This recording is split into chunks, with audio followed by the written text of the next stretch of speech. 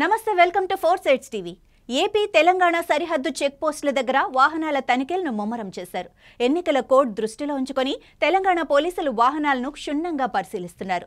50,000 రూపాయలకు మించి తీసుకెళ్లే డబ్బుకు రసీదు చూపించాలని నాగార్జున సాగర్ ఎస్ఐ సంపత్ చెప్పారు. ఎన్నికల కోడ్ ఉల్లంఘిస్తే చర్యలు తప్పవని అన్నారు. ఓటర్ను ప్రలోభపెట్టే వారైనా కఠినమైన చర్యలు తీసుకుంటామని అన్నారు. పార్లమెంటు ఎలక్షన్ దృష్ట్యా మన తెలంగాణలో ఎలక్షన్ కోడ్ వచ్చినప్పటి నుంచి గత 3 రోజుల నుంచి మనము inter state border check post Nagarjuna సాగర్లో మనం ఏర్పాటు చేసుకోవడం జరిగింది.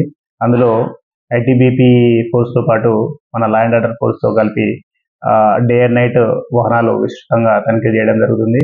అందులో భాగంగా మనకు 50,000 నగదుకు మించి సరైన ఆధారాలు లేకుండా, పత్రాలు లేకుండా నగదు ట్రాన్స్పోర్ట్ చేసినట్టయితే వాటిని వెంటనే మేము స్వాధీనం చేసుకొని ట్రెజరీకి హ్యాండ్ ఓవర్ చేయడం జరుగుతుంది.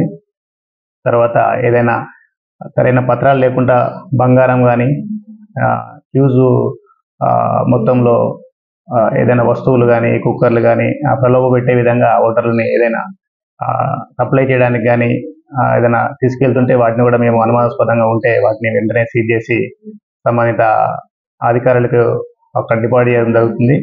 అదేవిధంగా మనకి ఈ నాగార్జున సాగర్లో బెల్ట్ షాపులపై దాడులు నిర్వహించడం జరిగింది. నిన్ననే 2 కేసులు కూడా నమోదు చేయడం జరిగింది.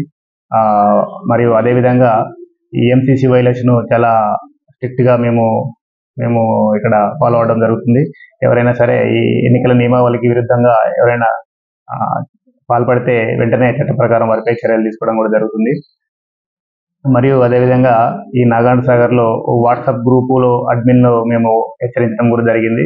ఆ గ్రూపులో ఏదైనా ఇతరులని ప్రలోభపెట్టే విధంగా కానీ, సున్నితమైన అంశాలపై కామెంట్ చేయడం కానీ, ఏదైనా చర్యలు దానిపైన ఏదైనా ఉంటే వెంటనే వాళ్ళ గ్రూప్ అడ్మిన్పై మొదటగా చర్యలు తీసుకోవడం జరుగుతుంది.